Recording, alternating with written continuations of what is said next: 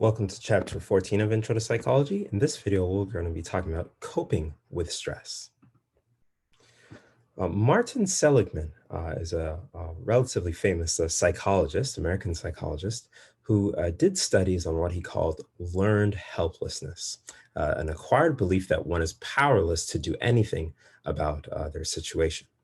So in his experiment, he put some dogs in a chamber where they received some electric shocks from which they could not escape. So they were closed in an environment where they automatically received electric shocks. And then when they were later given a chance to escape the shocks by jumping over into a place where into a room where they wouldn't receive shocks, most of the dogs seemed to give up and did not even try.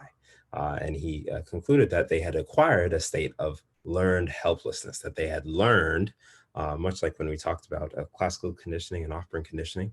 Through operant conditioning, they had kind of learned that their situation, the negative punishment of, or the positive punishment of receiving those electric shocks would not go away. And they had learned that they were helpless and couldn't escape their situation.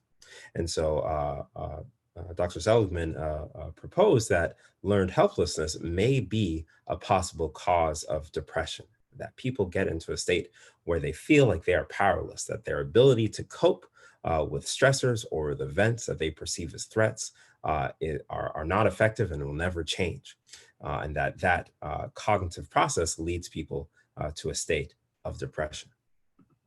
And so it's important for us to know that things that happen to us, events that are stressful, difficult situations, can be overcome with certain stress reduction strategies or certain coping strategies for dealing with stress.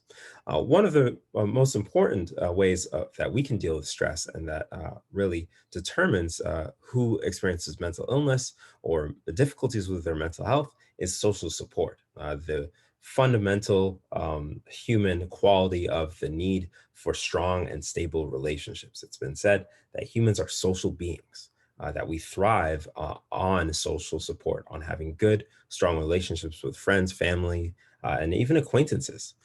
Just getting advice, guidance, and encouragement from people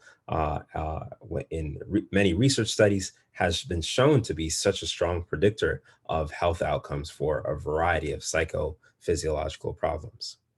We also There's also plenty of research on people who live in isolation, people who are in solitary confinement, and how it can cause health problems as well as mental health problems, as well as research comparing individualistic and collectivistic societies, which show that social support really boosts the immune system and reduces blood pressure. So many societies where people have a strong sense of community, there is lots of evidence to show that those individuals have much lower risk for chronic health conditions. Some other stress reduction techniques include exercise. Exercise is so underrated as a frontline treatment for mental health problems, as well as reducing stress. Once again, as we described in the last video, there's such a strong connection between the psychological experience of stress and its physical or physiological representations. And so, by exercising, you are improving your circulation. You are sending a rush of blood throughout your body and to your brain, and that efficient circulation of oxygen throughout the body can help with the bring the body back down into homeostasis, and help in a physiological way with the stress response. Other stress reduction techniques include meditation and relaxation. So those are kind of the opposite of exercise. You're approaching stress not from the physiological side, but more from the psychological side, and calming your body down. Body scanning techniques where you focus on being present, not worrying about the future, not worrying on the past, and focusing on the sensations going through your body have been shown to be effective ways of bringing about homeostasis and reducing the activity of the sympathetic nervous system. There's also biofeedback, which is using some kind of electronic equipment or computerized equipment to measure a person's involuntary activity and provide feedback. So something popping up on the screen or some auditory command to help a person gain voluntary control over things going on in their body or uncomfortable feelings in their body. So learning to consciously control aspects of your body that are typically left unconscious is something that's done via biofeedback. Another important area of research in coping with stress is coping styles. That there are um, uh, three, but only two that I'm going to list here. Coping styles that are useful for helping with stress. I'll start with the one that's not listed here, which is not helpful, which is avoidant focus coping, which is when you face a problem or a scenario, just avoiding it or running away from it. That's not helpful for solving the problem. Problem focused coping, when an individual attempts to manage or alter the problem that is causing them to experience stress, is the best form of coping. It is the most direct form of coping, and it kind of sounds like common sense. If you have a problem, you go fix it. But oftentimes, when we experience stress, particularly psychological stress, we don't go about fixing the problem. If someone has an exam that's upcoming, we start to freak out and stress and just want to drink something or eat something or get some coffee or just do something to make us feel good because we have a stressful exam coming up, instead of actually attacking the problem, which is to study and prepare for the exam.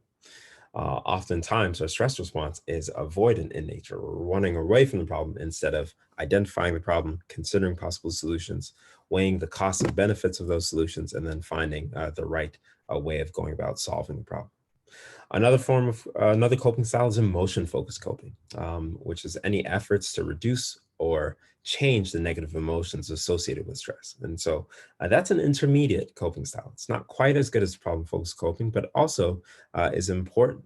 It can include avoiding or minimizing yourself from the, or I shouldn't say avoiding, but uh, um, uh, making positive comparisons about the problem, or conceptualizing the problem and saying, okay, you know what? I'm stressed, but I'll be able to overcome it, and focusing on the emotions that you're feeling when you are in that stressful situation.